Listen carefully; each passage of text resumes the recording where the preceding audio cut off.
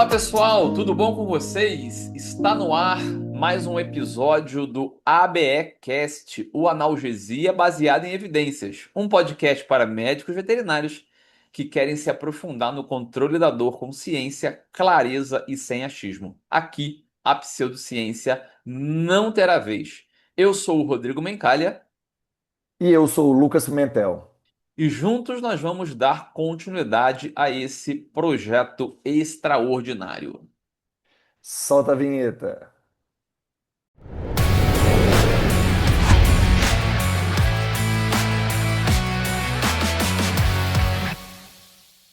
E aí, Lucas? Beleza, cara? Vamos dar continuidade aí ao nosso ABE-Cast? E aí, Mencalha, tudo bem? Vamos lá, vamos hoje para o nosso terceiro episódio, onde nós já temos gravados aí dois, né? Práticas baseadas em evidências com principalmente osteoartrite. Então, osteoartrite baseada em evidências, onde nós dividimos um e dois. E hoje nós vamos falar de um tema assim muito importante que está todos os dias na nossa rotina, que é a prevalência, né, de osteoartrite em cães e gatos, tá? E vamos ver aí como é que vai ser tudo hoje, mas e você? Quais são as suas expectativas para o episódio?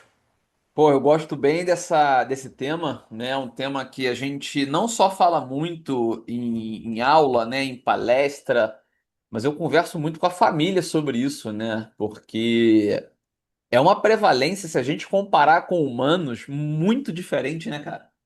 Sim, muito. Muito diferente. Então, pessoal, a gente começa hoje a falar um pouquinho da prevalência dessa doença maledita, né? Eu amo estudar essa doença. Eu gosto de verdade da sua fisiopatologia, mas eu sonho com um dia que a gente vai atender pacientes nos estágios iniciais. E para isso nós vamos conversar um pouquinho sobre prevalência hoje, tá? E nos próximos episódios aí receber o Dr. Rômulo Braga para a gente falar um pouquinho da radiografia, né? Porque, cara, ô Lucas, eu tô cansado de Coast grau 3 e grau 4. Grau um nunca chega, né? Nunca chega, né? Mas é difícil. Enquanto a gente estiver Sim, esperando a sim, radiografia, vai continuar um sim. pouquinho complicado.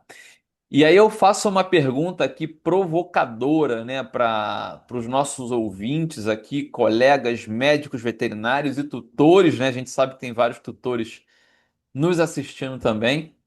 Você sabia, cara, que mais da metade dos cães adultos tem sinais de osteoartrite? E vocês sabiam que esse número é ainda maior em gatos? A coisa é muito complicada, Lucas. Como que a gente consegue alertar os médicos veterinários, né? E também alertar os responsáveis, né? Os tutores de uma doença que talvez seja uma das mais prevalentes do nosso dia a dia. E a gente pensa, né? A gente, no caso, os tutores e alguns profissionais também, que é só em cães idosos. Esse que é o nosso maior problema. Porque hoje a nossa rotina tem inúmeros, inúmeros cães jovens. E cães jovens, quando a gente fala cães jovens, é aquele Golden de 1 ano, Golden de 2 anos, é o Labrador de 1 ano, de 2 anos, que chega já com dor, que já chega com aquela alteração em radiografia, em mobilidade. Ele já tem aquela alteração de levantar do chão, que geralmente é um piso liso, né? Então, está cada dia mais comum. E algo que cada vez que a gente estuda sobre a prevalência, as alterações comportamentais desses cães, que é um dos motivos que eles chegam até nós. Que vamos discutir isso muito ainda nesse episódio, né?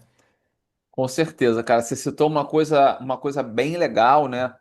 Para os colegas médicos veterinários que estão aqui nos assistindo. Eu convido que vocês leiam um paper muito interessante do Enomoto, né? O Enomoto é um dos grandes pesquisadores, né? Um jovem Sim. pesquisador de osteoartrite. É, E ele publicou um trabalho agora, né? Ele faz parte do grupo do professor Duncan Lacerda, né? Que é o nossa grande referência na área. Eles soltaram um trabalho recente agora, tem pouco mais de um ano, né? Nós estamos aqui em quem está nos assistindo, né? Esse episódio ele também é um dos episódios atemporais, mas a gente está aqui em novembro de 2025. E o trabalho foi avaliar a prevalência da osteoartrite apendicular radiográfica e associada a sinais clínicos em cães jovens. Até aí tudo bem, né? É mais um trabalho, mas quando a gente avalia o resultado disso, cães entre 8 meses e 4 anos de idade, o Enomoto, né, e o seu grupo, eles identificaram uma prevalência de quase 40% de osteoartrite radiográfica, né? Ou seja, aquela que já é evidenciada pelo raio-x em pelo menos uma articulação. Pelo menos uma ou mais articulações. Essa prevalência foi de 40%. E eu não estou falando do cão idoso, eu estou falando de cães entre 8 meses de idade a 4 anos. E desses 40%, né, vamos arredondar, desses 40% que foram identificados nesse trabalho, pouco mais de 23% já tem também osteoartrite clínica. Eu tenho dado algumas palestras sobre o tema recentemente, e eu tenho começado com um caso da minha rotina, que é o caso de um Golden muito querido, né, mais um Golden de 2 anos de idade. E ele é portador de osteoartrite Colch grau 4. Ele tem 2 anos de idade. E é um cachorro que vai agora para início de 2025 para prótese de quadril. Tá bem, né? Conseguimos tirar basicamente a dor, melhorar a função. Mas, Lucas, me assusta demais. Sim. Sabe por que que me assusta? A gente vai falar sobre esse dado daqui a pouquinho. Eu não vejo criança assim. Eu não vejo pré-adolescente assim. Eu vejo idoso. Então a gente espera que seja uma doença de idoso. Mas o que a gente tem visto em cão e gato também é brincadeira. Eu tenho uma paciente, né? A primeira paciente que eu fiz o Solência na minha vida em 2024, é, ela foi diagnosticada com 10 meses de idade. Também com osteoartrite de quadril. 10 meses. A coisa realmente ela é bastante complicada, né? Então, pessoal, a ideia é a gente falar um pouquinho sobre essa prevalência, tá?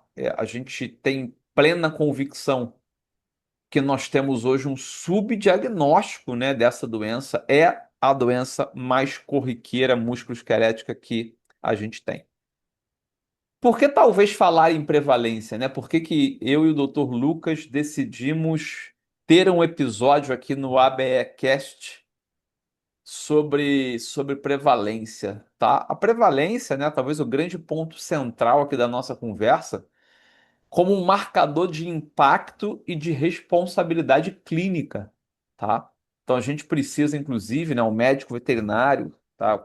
Como a gente falou no início, tem muitos tutores assistindo a gente, mas a gente precisa, né, diferenciar um pouquinho a prevalência da incidência, né? Nós temos uma diferença Sim.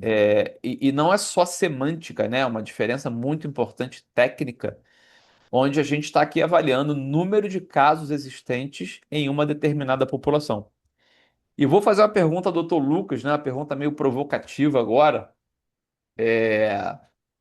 Você acha que a prevalência, Lucas, ela é diferente, por exemplo, em algumas raças, de cachorro principalmente? Sim. E nesses casos, essas raças, eles já nascem, né, com um custo zero, que é um dos problemas. E assim, eu vou até colocar aqui agora, né, ao vivo, que a gente poderia até chamar um convidado que trabalha com reprodução para a gente conversar assim, por que certas raças têm maior predisposição? É, é legal. Onde que nós, né? a gente se colocar nessa também. Onde que nós, profissionais, médicos veterinários, erramos nisso, até pensando lá atrás em genética, em canis, em cruzamentos, consanguinidade, porque assim, eu estou indo lá atrás. Chamar um convidado que entenda do assunto, né, um geneticista que trabalha com reprodução, para a gente entender melhor o porquê essas raças e onde erramos.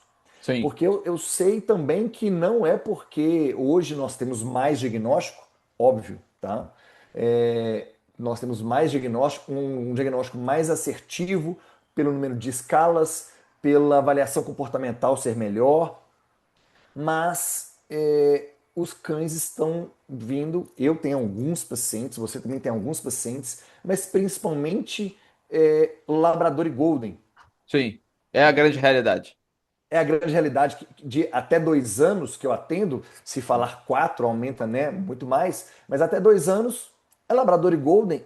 E quando eu falo em Golden, eu falo em alterações comportamentais que vêm com agressividade, Legal. é, alterações sonoras que ele não tolera, né, de moto, de gritaria, e alguns também que a gente vai conversar com outros convidados que é alterações dermatológicas, vem com prurido, vem Sim, com lambeduras em extremidades, que quando vê o paciente tem a dor.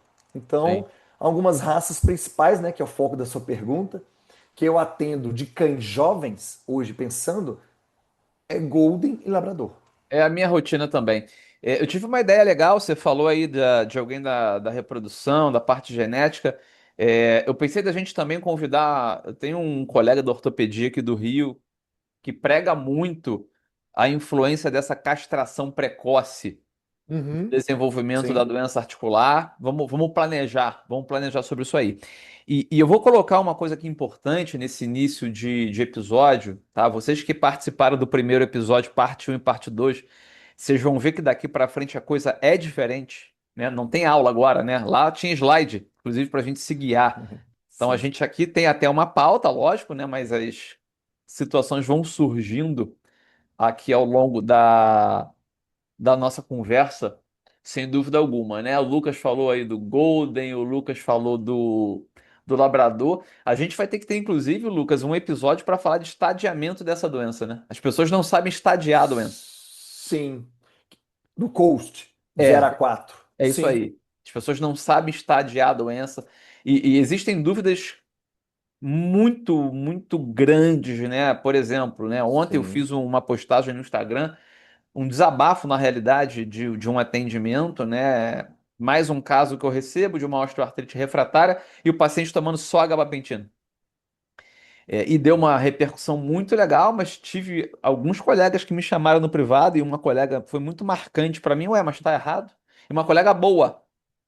E uma colega boa, mas eu já fiz o Sim. período de anti-inflamatório, ele deu uma melhorada, agora eu estou mantendo com gabapentina. Mas se você analisar as recomendações da Coast, não existe essa possibilidade. Não. Né? Não tem essa possibilidade da gente fazer só o adjuvante, tá? Então, legal é o que você comentou aí no início. Eu acho que, além da gente pensar na questão da reprodução, da genética, né, dessa castração precoce, eu acho que talvez um episódio sobre o estadiamento vai ficar bacana também. Sim. Show de bola. E eu acho que a gente tem que falar para essas pessoas, né, os colegas veterinários, os tutores que estão aqui nos ouvindo. Ô Lucas, é a principal causa de dor crônica que a gente tem, né? Sim. Na nossa rotina, 70% dos meus atendimentos hoje de É, dor crônica é consequente à osteoartrite. eu diria também. Nem Da sempre vem, sua? nem sempre vem sozinha, né? Não, Nem longe sempre de vem estar sozinha, sozinha. é bem longe, né? Sim, A gente tem hoje muitos pacientes neurológicos que também têm essa doença, né? sim, Mas eu diria que também ela é a doença mais prevalente que eu atendo. Só para a gente ter ideia, pessoal, a gente fazendo aqui um paralelo com a osteoartrite humana, hoje, tá, é um dado oficial, tá? A gente montou essa pauta ontem, né? Lembrando que a gente está em novembro de 2025. Existem mais de 500 milhões de pessoas no mundo com osteoartrite. Eu não tenho esse dado para o cão, nem para o gato. sim. tá? Mas a prevalência realmente ela é muito, muito, muito maior, tá? E a pergunta que a gente também tem que se fazer, né? Quantos pacientes na rotina realmente têm osteoartrite diagnosticada, né? Um número global, quanto seres humanos, nós não temos, mas as evidências têm algumas porcentagens dos atendimentos, né? Que os estudos, pelo menos em cães radiográficos e clínicos, mostram uma prevalência de 30 a 40% em cães adultos. É isso E aí. pode chegar até 80% em cães acima de 8 anos de idade. E sabe, esse dado é muito curioso, Lucas, que se a gente avaliar alguns trabalhos mais antigos, a prevalência ela é muito baixa, né? Muito baixa. Muito E, baixa. e os Fala de trabalhos cinco por só cento. eram realizados com cães idosos. Exatamente. Mas o que que faltava? Faltava realmente os instrumentos que a gente usa hoje Sim, para fazer essa avaliação, né? sim, Tá? Então, pessoal, a gente tem que lembrar, é uma doença muito prevalente em cão e gato, tá? O que o Dr. Lucas falou aí é uma realidade, tá? 30 a 40% em cães adultos, e isso pode chegar a impressionantes 80% em cães acima de 8 anos de idade. Significa dizer, tá uma conta rápida aqui, 8 em cada 10 cães acima de 8 anos de idade têm a doença. Então, se você não está vendo osteoartrite na tua prática clínica, tem alguma coisa errada.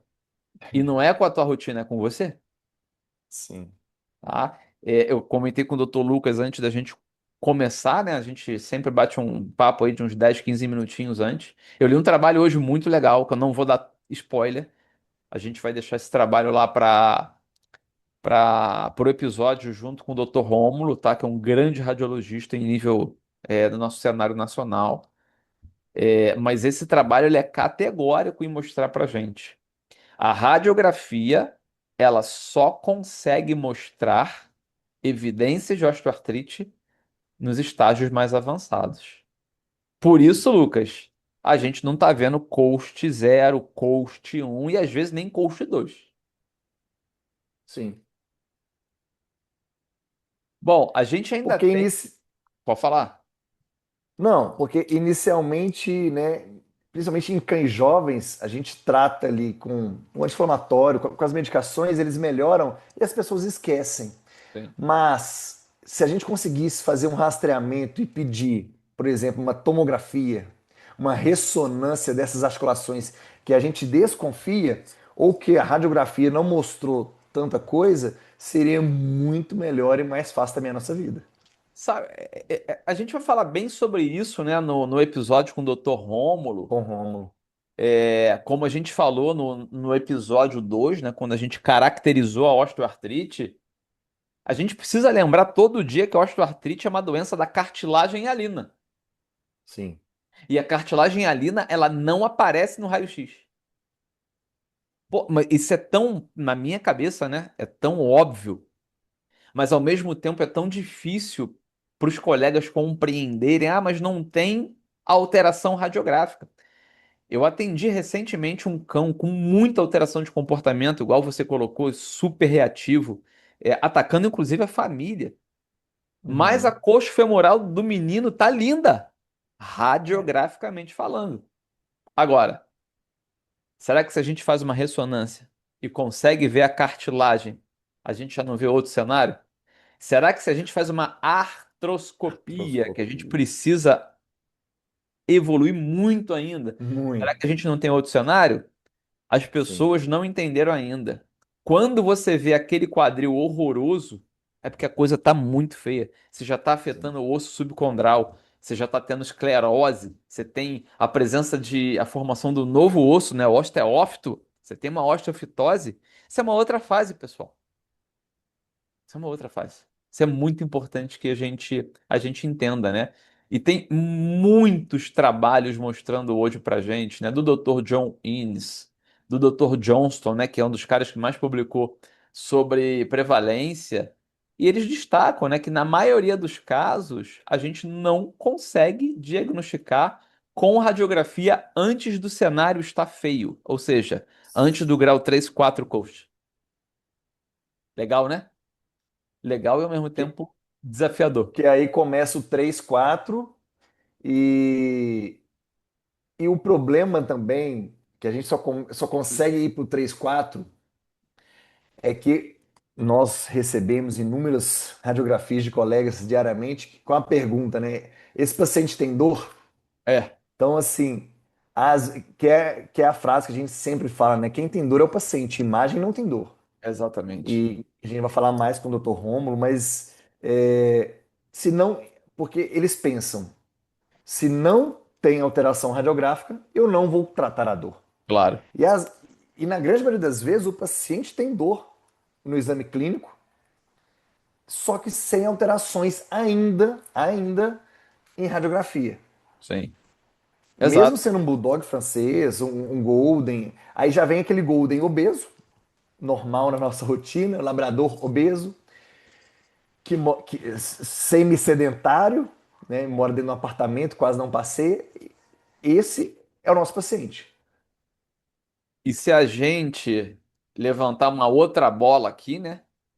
Trabalho recente, agora publicado em 2025, da doutora Mayra Formenton, Pontos a gente tem, gatilhos. nossa, a gente tem uma prevalência, né? Eu vou falar até um termo aqui menos técnico, né? A prevalência de dor muscular é uma coisa absurda. É E tá a absurdo. gente esperando a radiografia deteriorar,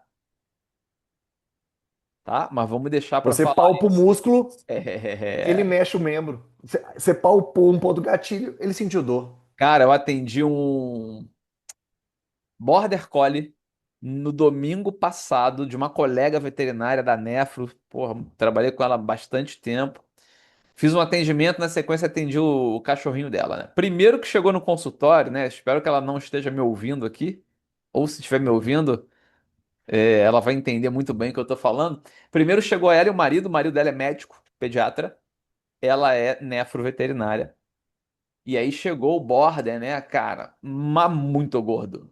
Mas muito obeso, mas muito. Quando eu olhei assim, foi assim, são amigos, né? Eu sou amigo dela e do marido dela. Foi genuíno, eu soltei um caralho. Eu soltei assim, eu caralho, sabe aquele caralho grande? Assim, eu caralho.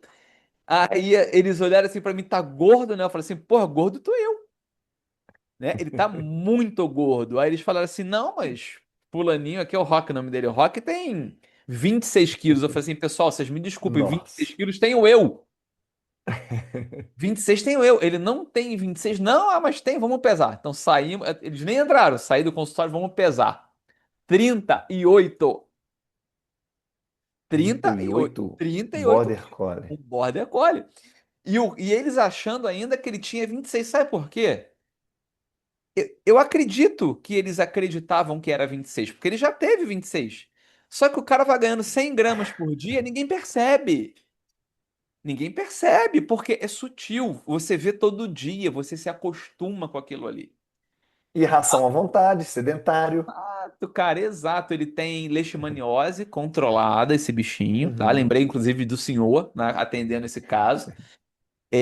Cara, nenhuma dor à palpação articular, nenhuma dor à palpação articular. Quando eu palpei a musculatura paravertebral, ele se contorceu todo. Filmei, inclusive, ficou lindo o vídeo, né, didático. Eu falei, não, filma isso pra mim. Isso, é isso aqui, ó, tá vendo, ó? Isso é dor muscular. E a gente tem que aqui ressaltar o excelente trabalho da Mayra, né? A Mayra que desbravou praticamente sozinha aí, né, essa parte Sim. do miofascial, né? Então a gente precisa entender isso, Lucas. E dor miofascial, né? A gente já vem falando tantas coisas e de subdiagnóstico. É uma das também, dentro da osteoartrite, com muito subdiagnóstico. Mas muita Hoje, coisa. possivelmente, apenas fisioterapia, terapeuta É, que é, faz o diagnóstico. é isso aí. Hoje mesmo, na minha avaliação de um canicorso, né, para avaliação depois bloqueio, ele tinha inúmeros pontos gatilhos em região de ombro. Fizemos ultrassom, Legal. tendinite. É isso, cara. Mas vamos deixar pra Mayra, né? Nós vamos chamar ela. Vamos, Tenho certeza que ela vai aceitar. Tenho certeza. Adora falar. Então, doutora é uma Mayra, das maiores pesquisadores se de você estiver pontos escutando a gatilho gente, nível Brasil. antecipadamente, a gente vai ficar muito feliz de receber em breve aqui no nosso ABE Cast. Bom, vamos lá. E raças predispostas? Tem isso, não tem, Lucas? Tem demais. Tem As demais, né? principais: Labrador, Golden, Pastor Alemão, Bulldog, Rottweiler. É muito, hein? Seria as Muito. mais predispostas, não seriam? É, eu acho que sim, cara. Essa, na minha rotina é Golden, primeiro disparado. Na minha é Golden e Bulldog francês. É, o E Bulldog, Labrador. Bulldog francês, eu diria que as facetárias, né? Muita Aham. coisa em coluna. O pastor alemão lá com o lombo sacral. Mas tem, né? São raças muito predispostas. E eu vou te Sim. fazer aqui uma pergunta, isso aqui é meio controverso na literatura. Quando eu penso, especialmente aqui no cão, né? A gente não tá falando de gato ainda. Qual é a articulação que você mais pega? Na minha rotina, É, na tua. seria quadril e cotovelo. É, eu acho que quadril é o primeiro, coxa femoral é a primeira e ombro. Sim. Eu acho que é coxa femoral e ombro, né? Eu pego pouco joelho. Joelho eu pego pouco, eu pego aquele joelho que o paciente já tem aquela luxação de patela antiga. Sim, sim.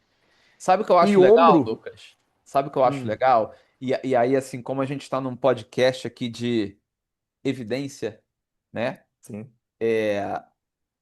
Olha como a nossa rotina ela não serve de tantos parâmetros, porque sim. a nossa amostra ela é viciada. Sabe por quê? Por que que a gente não vê tanto joelho? Porque quem pega esse caso é o ortopedista.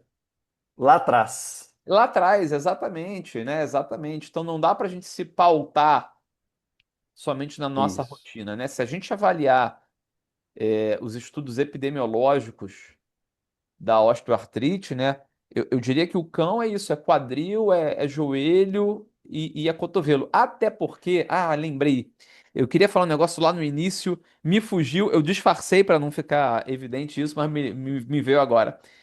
Eu queria pontuar uma coisa muito importante, que isso aqui dá uma polêmica, dá um episódio. Displasia coxo-femoral e displasia de cotovelo não são osteoartrite.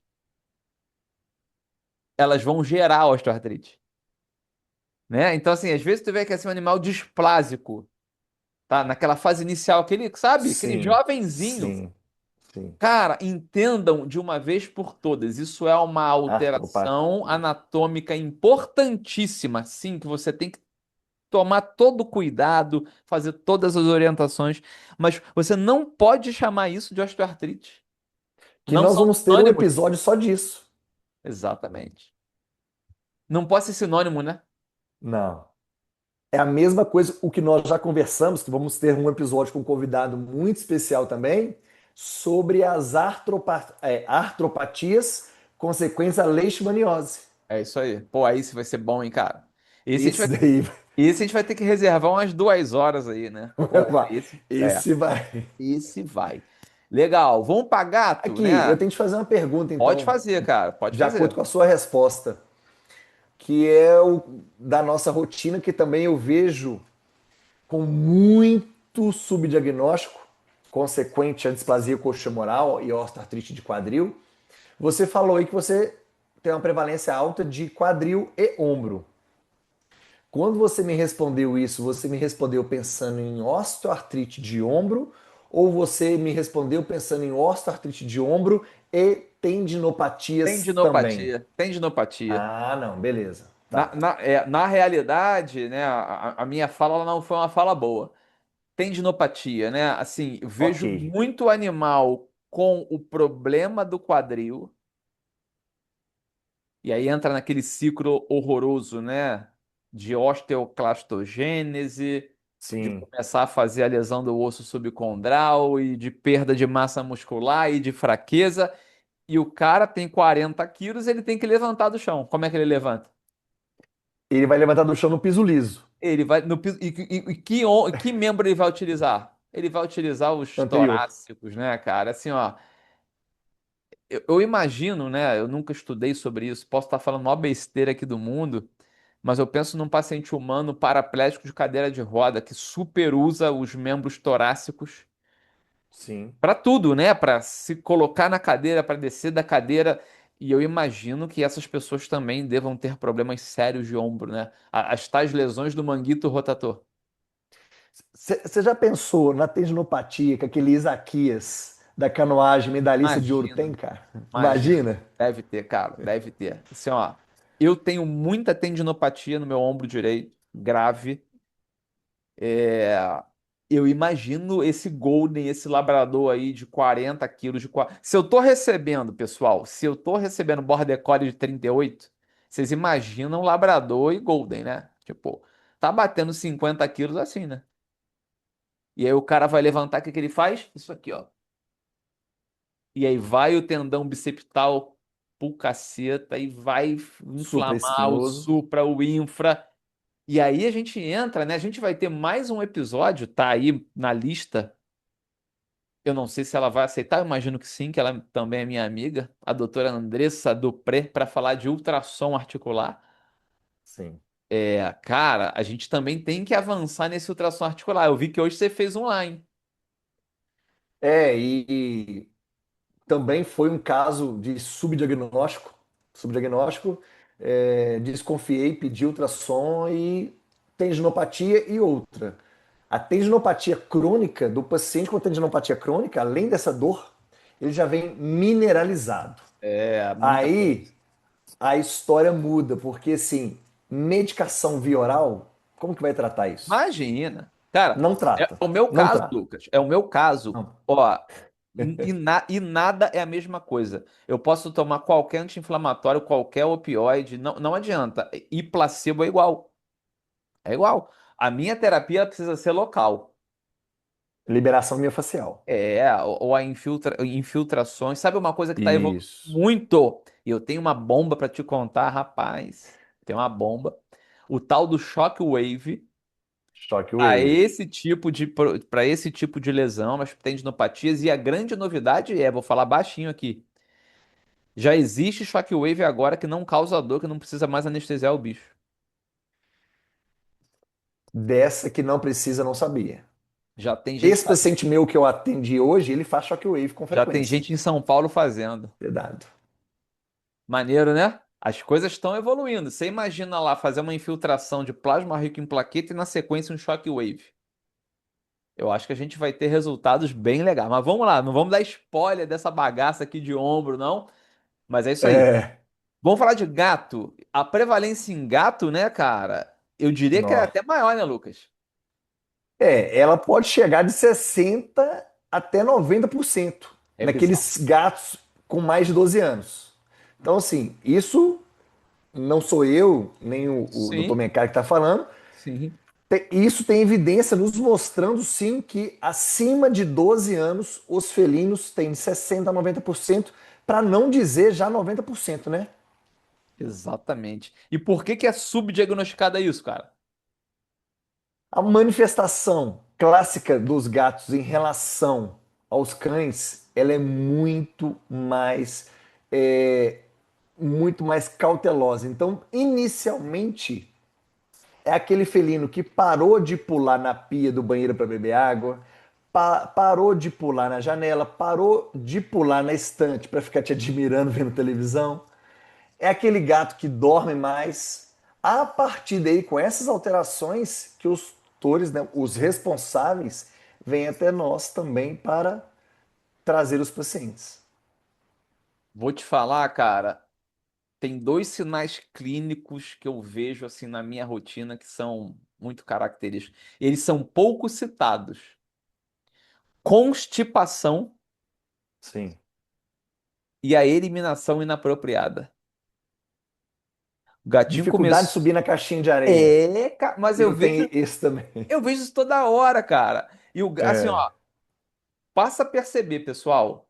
Você vai fazer uma radiografia coxofemoral e da coluna lombosacral no gato. Esse gato tá lotado de fezes. sim.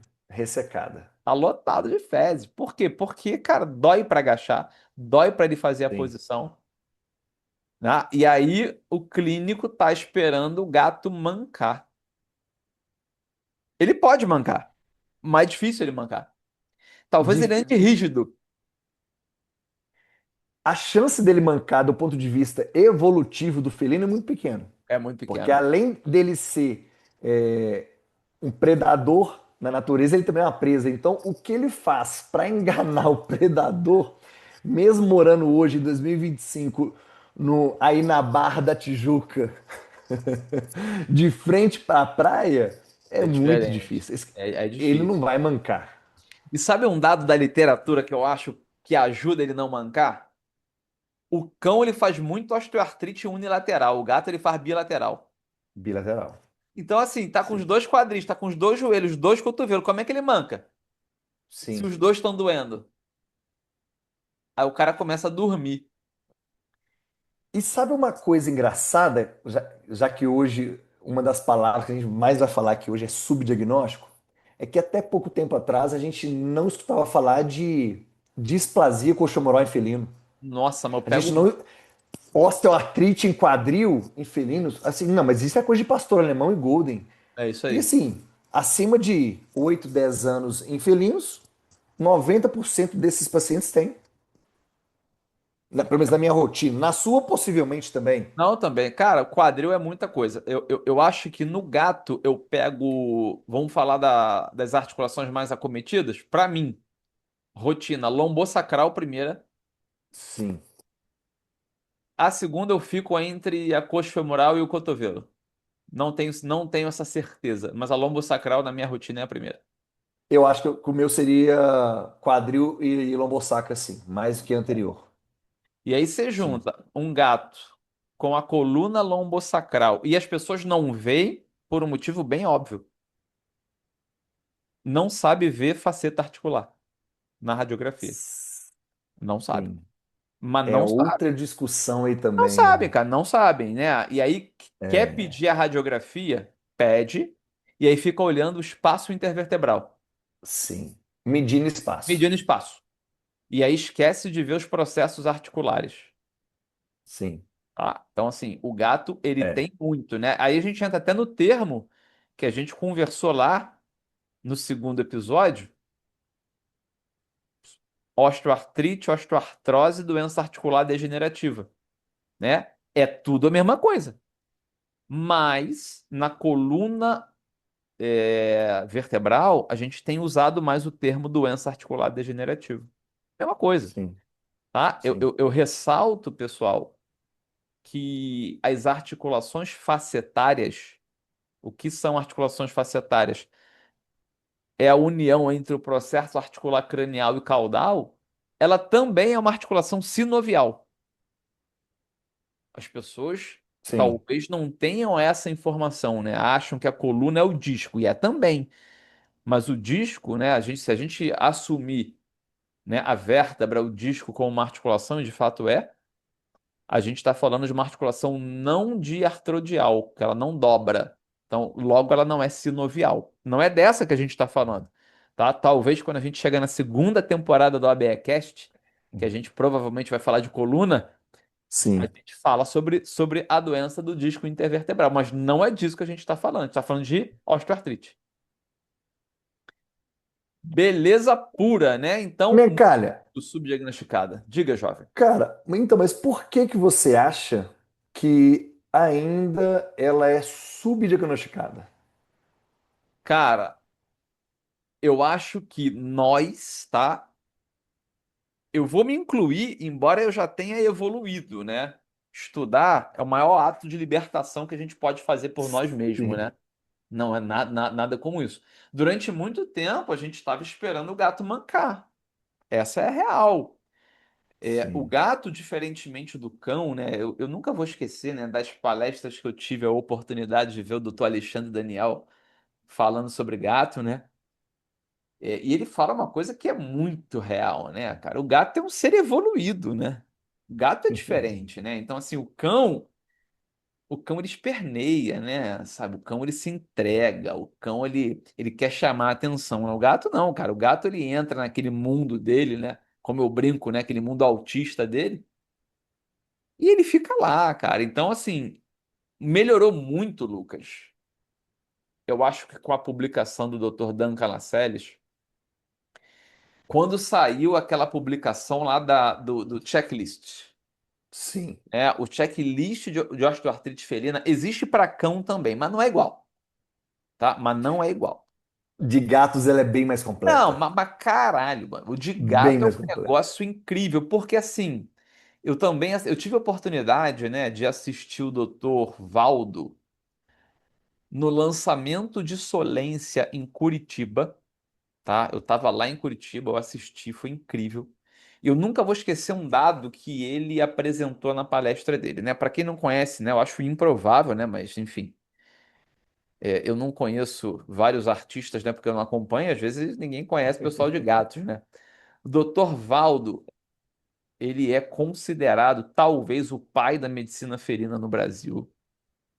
Ele tem uma Sim. clínica, né, na capital de São Paulo de felinos há mais de 30 anos. E reza a lenda que a clínica dele atende 900 gatos por mês. Tá? É um número realmente muito elevado.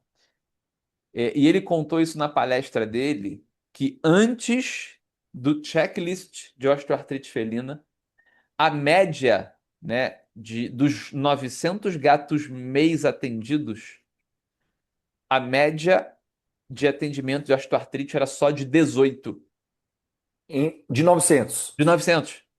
Tipo, mais uma prevalência ridiculamente baixa, dois né? por cento. Baixíssima, né? Aí o que que aconteceu? Quando saiu o checklist, o Dr. Valdo botou em prática, ele treinou a equipe dele, ele treinou os profissionais da clínica dele e falou assim: olha, todo cliente que entrar aqui agora tem que responder o checklist. Tem que fazer o checklist. E esse dado, cara, saiu de, lembra, 18 em Sim. 900. Saiu para mais de 200 em 900. E Sim. ainda tá baixo. Mas Sim. olha o salto que ele deu somente colocando o checklist. Para quem não conhece o checklist, pessoal, são 6 atividades padronizadas que a gente avalia a performance do gato. Deixa eu ver se eu lembro todas de cabeça. Subir em cima de um objeto alto, como por exemplo a bancada da cozinha, a mesa. Então, a qualidade do salto. Se esse gato ele não sobe de uma só vez, se ele planeja o salto, ou se ele escala, né? Ele pula, ele garra ali e faz uma escalada, ele já performou mal. Então ele tem que saltar de uma vez só. Mesma coisa para descer, tá? A segunda atividade é descer. Ele tem que Segunda. descer de uma vez só. Não é descer procurando uma cadeira para a cadeira ir para o solo. Ele não tem que pousar, fazer um meio pouso, né? Sim. É uma segunda atividade. Terceira atividade, subir escadas. Uma patinha em cada degrau, né? Uma patinha por degrau, não saltando igual o coelho, tá? Ele não pode saltar igual o coelho. O coelho sobe com os dois pezinhos, tá? O gato não. O gato ele usa um membro em cada degrau. Descer escadas, a mesma coisa, Quarto. né? É o quarto. O gato desce fluido. Ele sobe fluido, desce fluido. Se ele tá descendo de lado, já viu o humano descendo a escada com dor de joelho? O humano desce de lado. Então o gato faz igual. Se ele faz pausa, ele performa mal. Sim. Quinto, perseguir objetos em movimento. Então você tá lá brincando com ele. Pô, o gato ele vai igual um tarado atrás do negócio em movimento. Se ele tá desanimado, se ele pausa, se ele descansa, ele performa mal. E o último, como ele corre.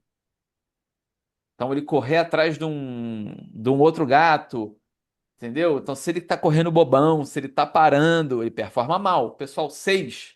Se ele performar mal um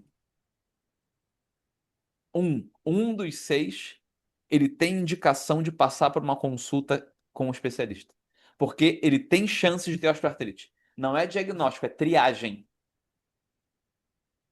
O que eu acho melhor desse questionário é que ele é qualquer tutor, qualquer responsável consegue responder, porque ele é Qualquer. sim ou não só. É sim ou não, é Ele isso, não, É isso Ele aí. não tem talvez porque, né, ele é yes ou no, né, que a gente Ele é traduziu. muito Ele é tranquilo. sim ou não. Ele é Ele é muito tranquilo. muito tranquilo. Qualquer nível de tutor consegue responder. Então É. não tem porquê.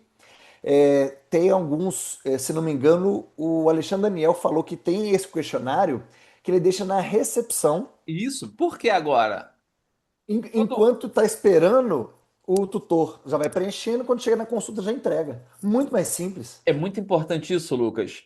Nós temos hoje, né, muitos laboratórios com interesse na osteoartrite.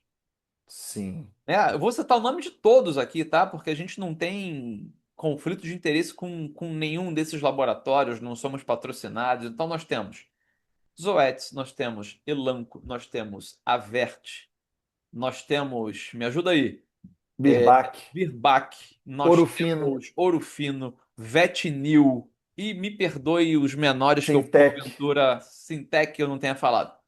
Mas existe hoje uma força-tarefa muito grande dos laboratórios em patrocinar estudos, Sim, tá? Então, por exemplo, o checklist de osteoartrite felina, embora tenha sido feito dentro da Universidade da Carolina do Norte, teve um financiamento da Zoetis, que tem o interesse de vender os seus produtos. E aí, então, o que que a Zoetis sim, fez? A Zoetis imprimiu o checklist. A Zoetis tem pelo mundo inteiro esse checklist. Então, o que o Alexandre Daniel imprimiu e colocou lá foi o que o distribuidor Zoetis disponibiliza pra gente. É a melhor coisa do sim. mundo.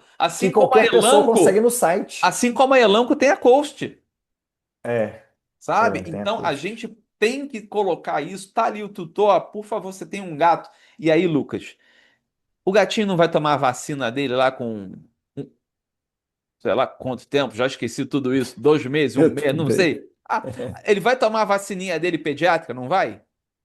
Sim, O veterinário não fala de FIV? Ele não fala de FeLV? Ele não fala é. de todas as doenças prevalentes do gato? Porra, por que que ele não fala de osteoartrite?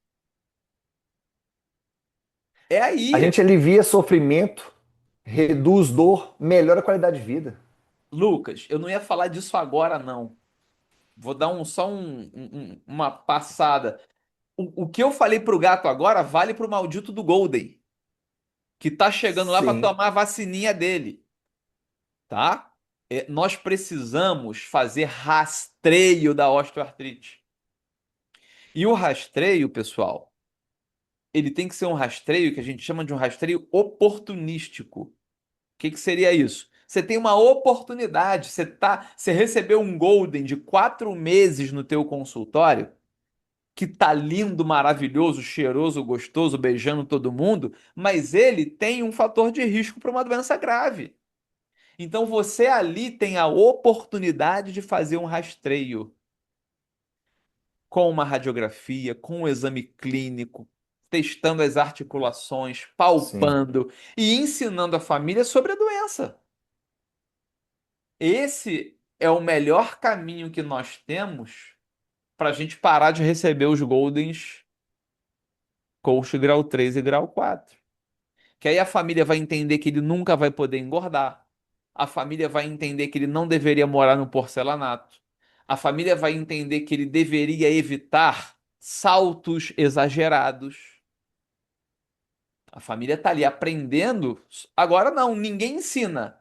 Ele é seu cliente. Você fez todas as vacinas pediátricas. Você faz a vacina anual. Ele toma banho na sua clínica. Mas você sequer explicou que essa é uma raça predisposta para ter uma doença gravíssima, que é a terceira maior causa de eutanásia.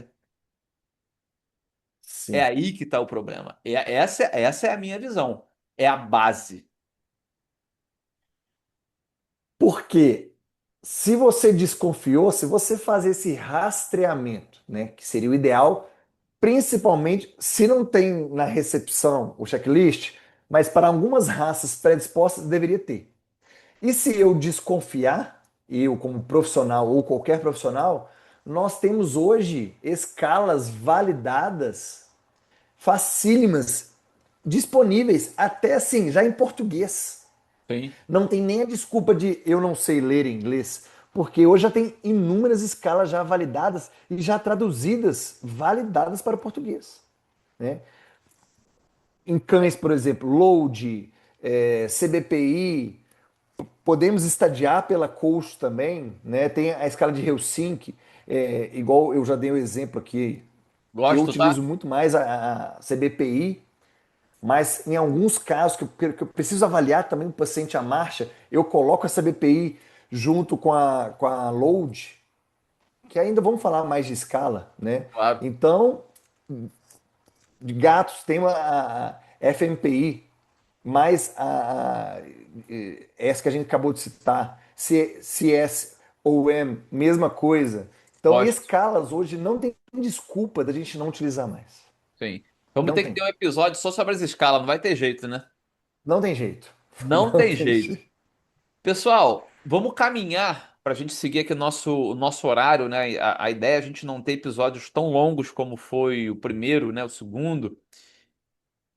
Vamos rapidamente falar isso de humanos, só para a gente ter ideia, tá? Isso aqui tá numa cola aqui, naturalmente eu não sei esses dados de cabeça, tá? Então a gente já falou lá no início que são mais de 500 milhões de pessoas que têm osteoartrite no mundo e uma prevalência global de só, eu vou botar só entre aspas, né?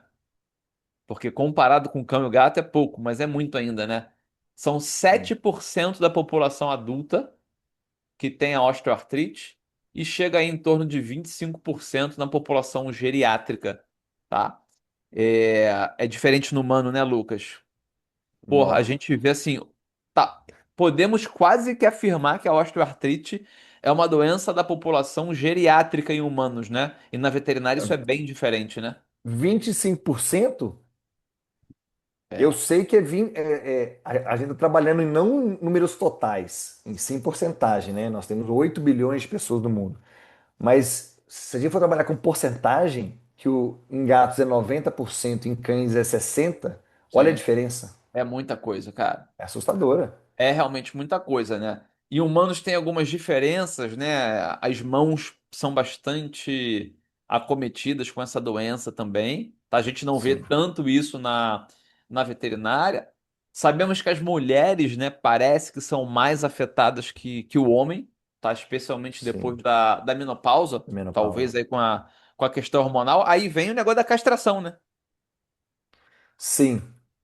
Eu E não sei. vem a questão da castração, que envolve diretamente com o fator hormonal e com o fator de sobrepeso. Exato, Então exato, nós temos com a castração em dois. exatamente. Eu acho que esse episódio aí com o colega da ortopedia, que eu pensei no nome dele aqui, vai ficar legal. Ele gosta muito de falar. Ele é hoje um dos caras que bate de frente sendo contrário a essa castração precoce em determinadas raças. Principalmente dessas raças É, é, predispostas. eu acho que vai dar um bom episódio. É polêmico, né? Mas É polêmico. vai dar um bom episódio. E aqui, um último dado de adultos, né? Só para a gente fazer um paralelo também com o cão, mais com cão do que com gato, talvez. A osteoartrite é a principal causa de incapacidade física em idosos no mundo, Sim, tá? E isso na veterinária não deve ser diferente, tá? O que a gente vê de animais com incapacidade física é muito grande. Agora, se eu pegar o meu Golden lá, o Bento, de 2 anos de idade, a Guduca, de 10 meses de idade, né, com seu primeiro diagnóstico, a gente poderia dizer que a osteoartrite juvenil em humano é raro, né? A gente é. não ouve falar quase, né? Não. São doenças bem raras que geralmente pode ser secundária a trauma, displasia, obesidade ou doenças reumatológicas também. Tem, por exemplo, que mesmo sendo raro, mas quando acomete, aquela artrite idiopática juvenil, Sim, onde não é tão comum, mas quando acomete, porque isso em seres humanos, porque na nossa rotina é bem já vimos diferente, que cara. é diferente. Eu dei uma palestra recentemente aqui no Rio para um laboratório, né? A gente falando aí de osteoartrite para variar. E na plateia tinha uma menina. A menina hoje não é tão menina mais, ela deve estar com seus 32 anos, alguma coisa assim do tipo, mas ela trabalhou na minha clínica há mais de 10 anos atrás. Ela era uma jovem recém-formada, super competente. Eu conheci ela quando eu fazia doutorado. Ela era bolsista de iniciação científica lá do laboratório, e aí eu convidei ela para fazer um estágio lá na clínica, e quando ela formou, ela começou a trabalhar lá, e ela claudicava demais nessa época. E eu lembro, né, eu perguntando para ela, né, pô, por que que você claudica? Ela falou assim, ah, é porque eu fiz uma necrose asséptica da cabeça do fêmur, Uhum. tá? De uma causa assim idiopática, ela não tinha certeza do que havia Quando criança, acontecido. Quando criança, né, que é mais adolescente. comum em criança, sim. É. E ela convivia com dor, com dor, com dor, com dor, cara, dava pena de ver a menina, sabe? Tipo, ela claudicava notavelmente, toda hora sentava, e beleza. E aí encontrei com ela agora, né? Tipo, isso aí foi em 2013, 14. E encontrei com ela agora em 2025. Deve ter 2 meses no máximo, né? Foi um pouquinho antes da palestra aí de Belo Horizonte que a gente se encontrou. Foi Uhum. aqui do Rio de Janeiro. E eu fiquei muito feliz que ela estava no evento, né? Ela chegou, eu falei, caramba, tipo, no meio da palestra ela chegou, sentou, eu cumprimentei ela rápido, que eu tava falando, né? E no final a gente foi bater um papo. E eu percebi que ela não mancava mais, né? Porque na minha cabeça ficou aquilo. Tipo, eu que sempre gostei de dor, eu vi quando a palestra acabou, ela foi indo lá para trás, né? Teve um jantar e coisa e tal. E aí no final eu falei, caramba, você tá muito melhor. O que que você fez? Ela falou assim, coloquei uma prótese. Não.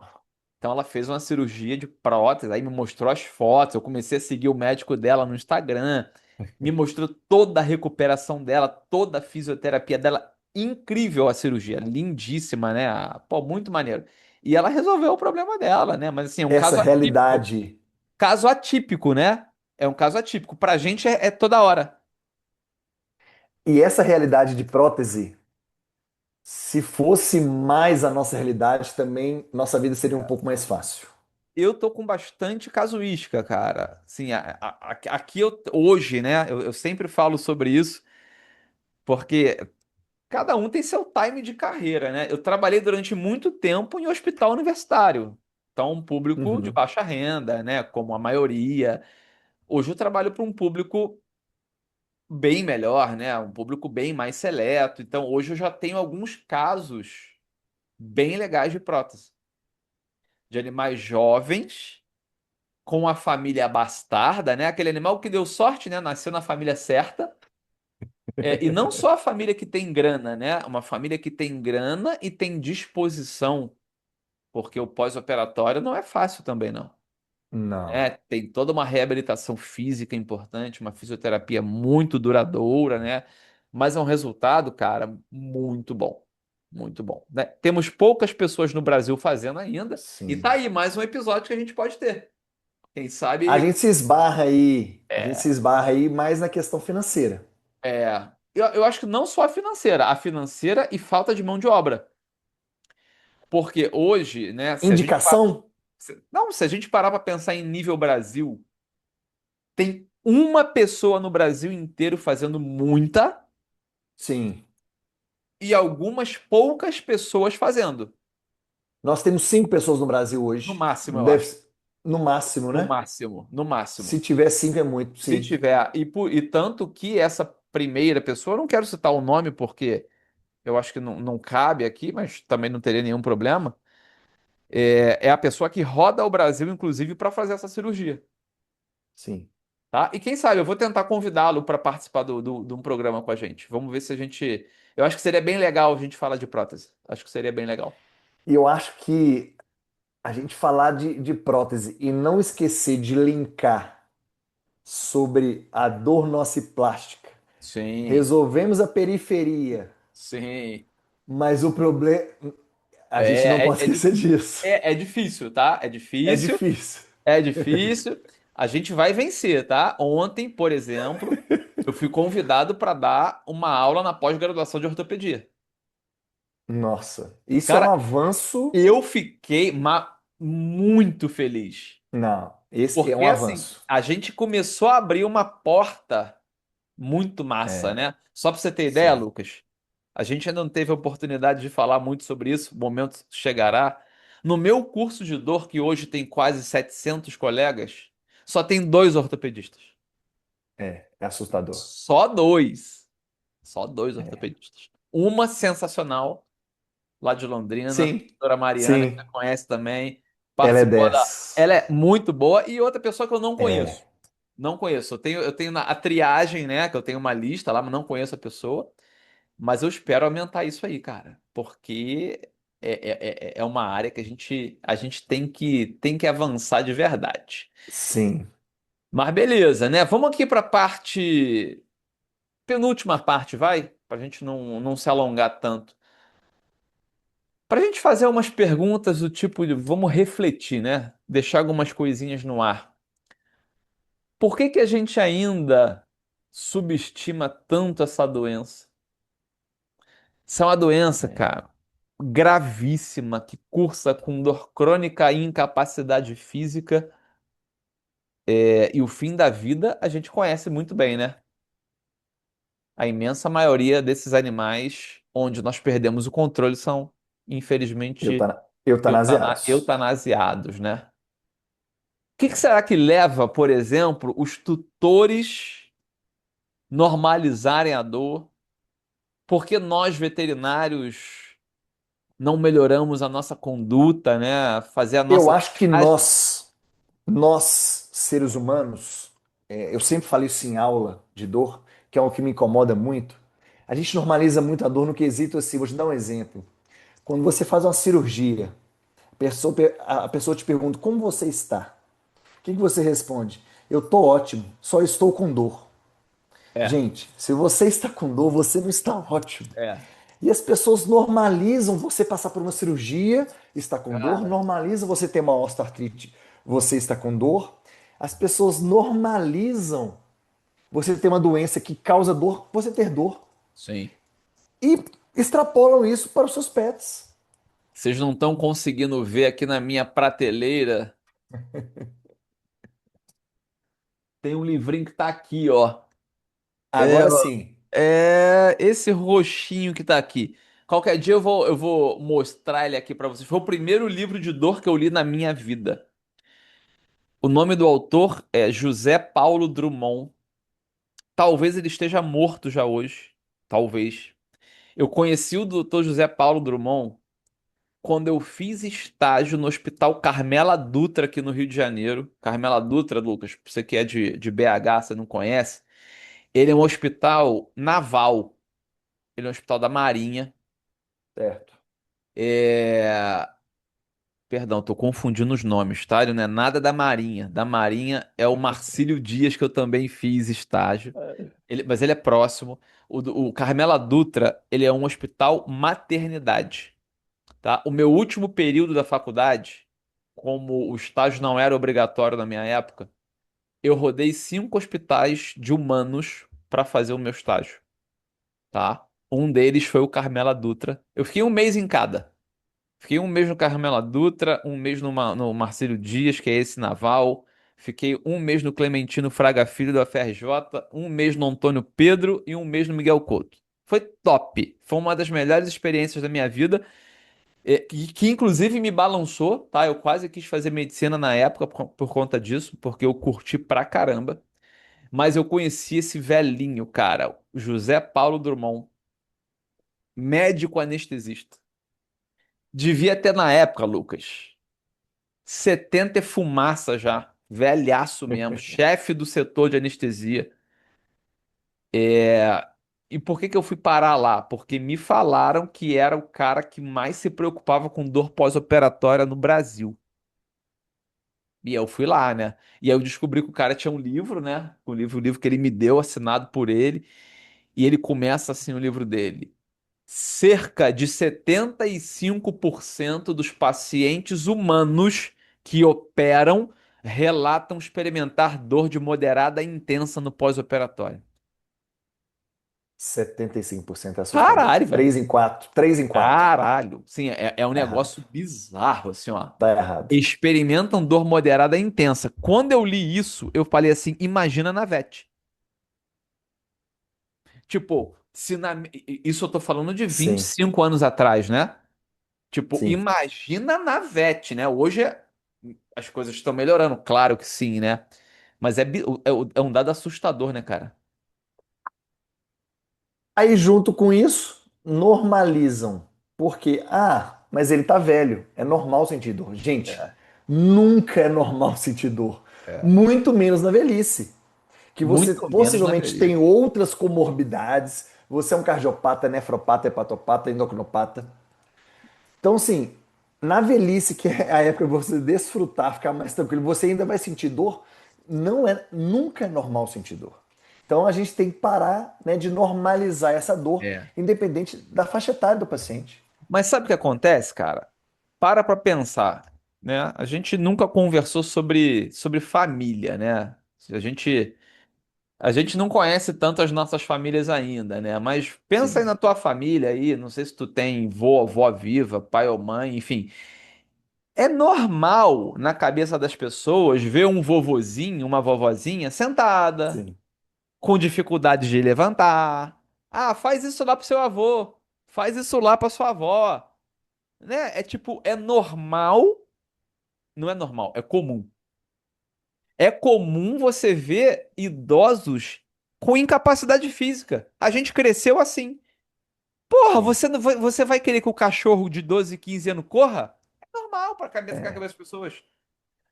Tá velho. Dificuldade de levantar do vaso sanitário, dificuldade de levantar do sofá, e tá tudo bem porque tá idoso. Tá tudo bem, Pensam. tá idoso, é isso. Mas hoje as coisas estão mudando, né? Sim. Eu acabei de chegar de Salvador, fui direto pra academia.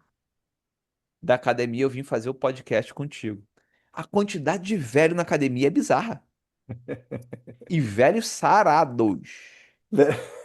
Sarado. Porra, tem um coroa lá na academia, cara. E eu olho pro ombro dele, eu tenho inveja. Cara, putz, o cara tem um abacate aqui no ombro, assim, porra, é isso aí. Então, assim, acho que as coisas estão mudando. Então, Sim. como você colocou, não é normal sentir dor, não é normal ter incapacidade física. Mas o Não. que gera a incapacidade física, né? Vamos pensar no velhinho de novo? O velhinho com aquela coxa magrinha, tá lá. A barriguinha de chope, a perninha fina, o bracinho fino. Vou falar do meu pai, tá? O meu pai, ele caminha 1 hora e meia todos os dias há quase 20 anos.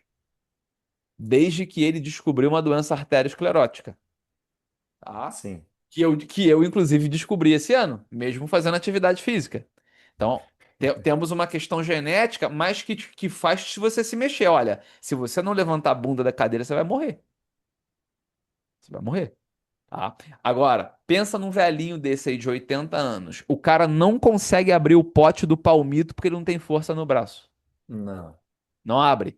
Ele não consegue levantar da cadeira de balanço sozinho porque as coxinhas dele estão magras. E a Sim. barriguinha de chope tá ali, cara, é igual o nosso paciente. É. Gordura visceral É igual o e paciente, cara. sarcopenia. Sabe um termo que eu aprendi foda com o meu médico? O meu médico é um cardiologista lá do Einstein, Dr. Silvio Póvoa. Recomendo todo mundo a seguir esse cara. Existe a gordura intramuscular. Eu não conhecia isso, tá? Eu não conhe... A gente fala muito sobre sarcopenia, mas a gente não fala sobre a esteatose muscular. Sim. Parece que tem músculo, mas ele tá entremeado de gordura, o cara não tem força. Mas aí você hoje em dia não pode tanto isso mais. Mas se você que gosta de carne vermelha e gosta de churrasco, a carne é macia pela gordura Ex- intermeada muscular. Entremeada. É isso aí. Wagyu. A Olha raça que, Wagyu é isso. olha que curioso, né? Eu perdi 8 quilos agora, esse ano, né? Com mudanças de hábito, exercício aeróbico, e eu tô ganhando força. Eu tô ganhando É, força mesmo perdendo peso, porque parece que essa gordura que tá entremeada tá indo embora. sim, sim, E aí a gente precisa pensar nisso nos nossos pacientes, cara. sim. Não é normal sentir dor, pessoal, e não é normal ser incapaz. Só que a dor gera incapacidade física. A dor vai gerar. E para a gente fechar esse bate-papo, Lucas, eu queria voltar naquela conversa do rastreio, né? Ontem eu conversei muito sobre isso lá em Salvador, com o pessoal da palestra. Rastreio, pessoal, não é check-up, tá? Check-up, ele é uma prática sem método, sabe? Não é Check-up, sistematizado, né? não é, né? Check-up, vamos fazer. Ah, marca aí. O que que você quer? Você marca um monte de X ali, pede. O rastreio, né? Eu ouvi um podcast sobre rastreio muito foda recentemente, que mudou muito a minha cabeça sobre isso. Então, por exemplo, eu tenho 46 anos.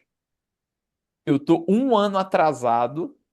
Eu vou fazer agora no final do ano. Não, você tem 47, não tem não? Tenho 46. Tô um Ah, ano atrasado para fazer o meu exame de colonoscopia.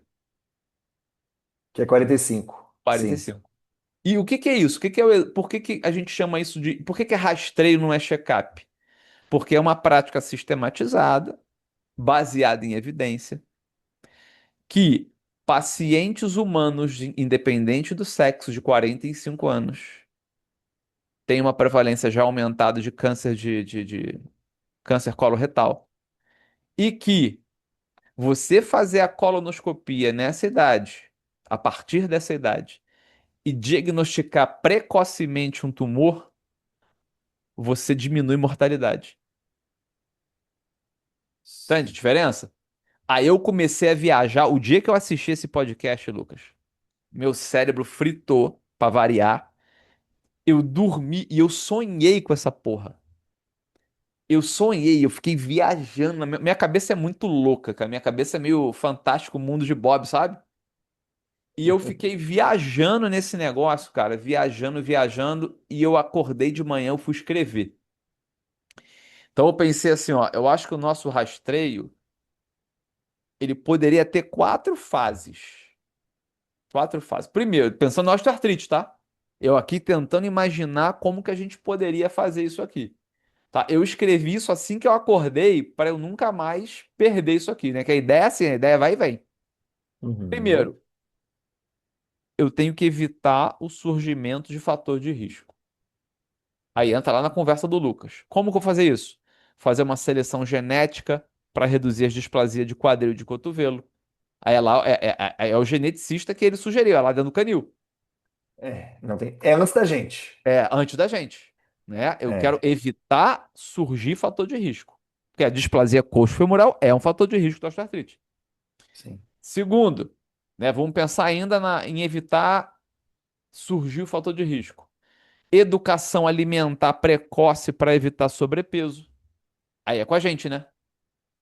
Só que é lá quando o Sim. cara foi tomar a primeira vacina e foi tomar antirrábica, você tá falando disso.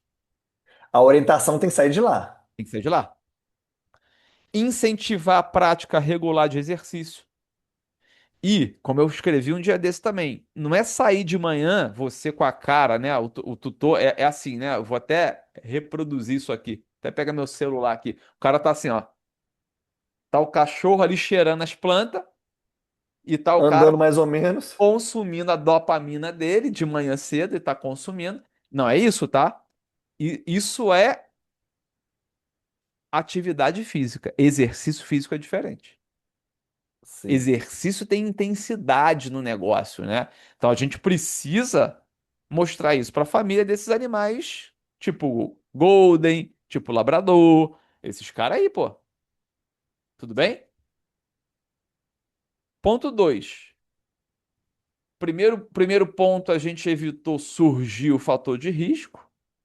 Segundo, agora a gente vai prevenir o aparecimento da doença em indivíduos que tenham o fator de risco, né? Então, o Lucas falou, Golden, Labrador, pastor alemão, tem uma galera aí que Rottweiler, Bulldog francês. é do grupo de risco. É. Porra, sinto muito. Eu sou do grupo de risco porque minha família é descendente de Portugal. Eu tenho vários, dislipidemia, né? Não tem jeito. Hemocromatose, e eu tenho as duas, tá? Fator de risco. bateu aqui na minha porta. Então, ó, nesse pessoal, controle de peso rigoroso, nessas raças que são geneticamente predispostas, dietas ricas em ômega 3, tem evidência, né? É, Nós tem temos evidência. Sim, nossa revisão sistemática de 2022, top. Quem sabe, né, já que não existe academia para cachorro no Brasil, na Rússia tem, tá? Já que a gente não tem sim, academia para cachorro no Brasil, quem sabe uma fisioterapia preventiva? Uma vez por semana, sim. o cara ir lá fazer um alongamento, fazer uma cinésio. Ou então levar o cara para creche, já pode ajudar. Já pode ajudar, se tiver um Sim, pessoal bacana lá. sim, E eu sei que aqui é polêmico, mas esse cara aí que tem o fator de risco, evitar exercício de impacto. Tem que evitar, cara. sim. Tem que evitar. Exemplo, vamos fugir um pouquinho da osteoartrite. Você tem o Dachshund. Aqui no Brasil a gente chama de Dash, né? Dash Hound. Dash. Dachshund. Cara, o cara tem um gene que já foi identificado para extrusão aguda do disco intervertebral. Vai Sim. melhorar isso? Não, ele é do fator de risco, é do grupo de risco. Como que eu posso tentar evitar isso? Cara, e se você não deixar ele pular do sofá, será que pode ajudar? Talvez. Não, ele e todo mundo. Ele e todas as raças, né? É, Mas mas ele, ele, ó, eu tenho um Bulldog Dachshund. francês, Eu tenho um Dashlata em casa. O cara, ele salta do sofá, ele parece o super-homem, ele tem 15 anos. Se eu não tomar conta, cara, ele salta muito. Ele chega a esticar as patas, assim, ó, parece que ele vai voar. ele é um Dash lata, mas com certeza o gene de extrusão de disco veio com ele. Porra, cara, mas se Não ia veio, ficar para trás. mas se veio, o gene dele é de baixa penetrância, que já era pra ele ter estourado aquilo ali. Ele pula muito. Mas enfim, eu penso que isso é interessante. Vamos lá, o ponto 3: detectar precocemente a doença em Sim, animais assintomáticos ou do grupo de risco. Beleza, como que a gente vai fazer isso? O tal rastreio oportunístico que eu sugeri. um Pô, você tá checklist. ali. Pô, você tá ali. O Lucas tá de bobeira na clínica. Pô, chegou um Golden pra tomar vacina. Ele vai lá no ouvido do clínico. Caramba aí. A gente tem que ensinar essa É, família. Tá ali, pô. Então, quem sabe uma radiografia do quadril, a radiografia do cotovelo. Não, não é uma raça predisposta com a displasia do quadril e displasia do cotovelo? Pô, totalmente. vamos ver como é que tá isso aqui, Sim. tá? Vamos ensinar essa família sobre a CBPI. Porra, faz uma vez por mês, cara. Tu não gosta do teu cachorro? Responde aí uma vez por mês. A CBPI, Sim. responde a CSOM ou FMPI, o gatinho, tá? Gato também tem fator de risco, tá? Duvido que não. Vai pegar lá esse British. Como é que é o Ainda nome? mais gato obeso. Como é que é o nome do completo do gato? British Short Hair? Não, sei lá, Domestic Hair, sei lá. O British. Eu não Porra, sei, cara. cara, tem muita displasia esse gato. Tem muita displasia. Tá? O próprio Manicum, tá? A gente tem visto, Manicom, tá? A gente tem muito. visto. Bom, fazer avaliação de marcha. E é isso, cara. Aqui, pessoal, é oportunístico. Então, mais uma vez, o que é oportunístico? O cara tá na tua clínica para outra coisa, foi tomar banho. Sim, Você tem a oportunidade, tá na tua mão de conversar com essa família. Eu acho que a gente vai melhorar. E por fim, quarto e último, né? Vamos reduzir complicação. Vamos reduzir dor, incapacidade naqueles que já têm a doença. Aqui, eu e Lucas, a gente faz nossa parte. sim. Eu queria, pessoal, estar recebendo os animais bem antes disso. E Lucas também. Eu Só queria. 3 e 4 É. Porra, a gente do tá coach aqui, que a ó. gente recebe. Aí a gente tá, olha a gente aqui, tratamento multimodal. É. Aí tá a gente fazendo Librela, fazendo Galipram, fazendo ômega 3, fazendo ácido hialurônico intraarticular, fazendo PEP. Anti-inflamatório. A gente adora, tá? Mas a gente queria melhorar isso, né? Tipo, não só esse paciente aqui, como o meu paciente Golden que vai para prótese agora, que faz parte desse estágio 4, né? Eu acho que é isso, né? Será que a gente consegue avançar nessa ideia, cara? Tu acha que a gente. Sim, eu acho que o principal hoje a gente já faz, que é pregar a palavra da analgesia. da dor, do acompanhamento. E isso que eu acho que é o mais difícil, a gente já faz. Se a gente faz essa parte chata, né, que para nós é muito boa, de Sim. pregar a palavra da analgesia, eu acho que a gente já está avançando muito. A gente já está avançando muito, já temos muitas escalas validadas, checklists, né? Que a gente pode deixar até disponível para quem não tem ainda.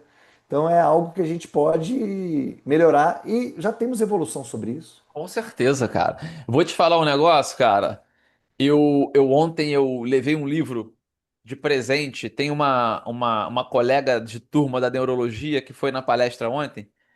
E eu levei um livro de presente pra ela que ela queria comprar, enfim. Eu levei. Eu cheguei lá de terno e gravata, como eu gosto de palestrar, e cheguei com um livrinho assim embaixo do braço pra dar pra ela.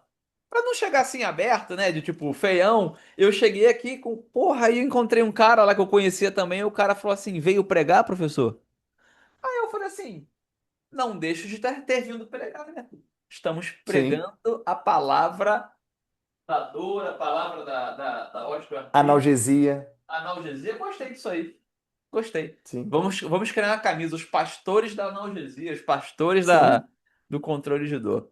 Pregação da analgesia, sim. Muito bom, cara. Pessoal, tá muito legal, mas a gente precisa encerrar, tá? Eu vou fazer aqui a última parte aqui, vamos fazer o nosso fechamento. Lucas, essa doença ela não é rara, mas ela é invisível, né? Sim. Por isso que esse rastreamento tem que ser, sim, conciso. Esse checklist, o diagnóstico, não é porque a imagem da radiografia não demonstrou que o paciente não tenha e também que não tenha dor, porque quem tem dor é o paciente, não a imagem. Então, estamos aí caminhando dentro dessa, esse- esses episódios de osteoartrite aí, para ficar mais fácil para todo mundo que escuta, que vê a gente também. Aproveitando, siga a gente no Instagram, ABECastVet, que é o perfil nosso no Instagram. No Spotify, mesma coisa, ABECastVet e também para quem está no Spotify, além de escutar, que no Spotify você, além de escutar, você pode ver também, seguir, compartilhar e avaliar, né? Avaliar em 5 estrelas de preferência, e também no canal do YouTube, onde você pode, além de ver, você pode se inscrever no canal, que assim que o episódio sai no ar, você recebe mensagem. Então, dê o seu like lá, porque a partir daí o algoritmo manda para outros colegas interessados no assunto também. Pô, seria bem legal isso, né? A gente, às vezes, tem um pudor para pedir ajuda, né? Assim, existe o tal do algoritmo, o algoritmo é chatão, né? Às vezes, Chato. assim, ó, e eu vou falar um negócio pra vocês, não só aqui, no Spotify, no YouTube, ajuda a gente no Instagram também. Às vezes a gente acorda, né, na correria, fala assim, não, vou fazer um post. Pô, aí o post vai lá da bosta nenhuma, cara. Sabe? Ninguém dá, pode, cara. Ah, sabe, a gente tá aqui num trabalho quase que altruísta para contribuir com o desenvolvimento da área, da clínica da dor. A gente tem planos muito grandes para isso aqui. Mas sem vocês, pessoal, sei lá se a gente vai chegar ao fôlego, né? Eu tava aqui antes com o Dr. Lucas, né? A gente tá aqui no quarto episódio. Próximo episódio é Sim, com o Dr. Rômulo, né? Vamos falar de radiografia. A gente tava planejando o episódio 50. Não é de brincadeira. osteoartrite. A gente É, estava planejando o episódio 50, mas a gente precisa de gás, a gente precisa de fôlego e o nosso sim, fôlego, porra, vem de vocês. sim. Beleza, Lucas? Vamos encerrar mais um episódio aí. Como é que as pessoas te encontram aí na rede social? Fala aí, cara. Instagram, lucas_pimentel, estou disponível lá, LinkedIn, YouTube, mas me encontra melhor no Instagram. No E o seu? Instagram. No Instagram também, né? O arroba veterinária sem dor, onde eu tô mais aqui agora no ABE Cast, né? A gente finalizando o nosso Sim. quarto episódio. Muito feliz, tá? Do projeto tá caminhando. E é aquilo, hein? Vou soltar uma frase aqui pra gente encerrar. Passarinho que acorda cedo bebe água fresquinha. Quem tá assistindo isso aqui desde o início de 2025, teremos boas novidades pela frente. Meu Em querido, breve. Prazer estar dividindo a telinha aqui com você. Grande Prazer todo abraço meu.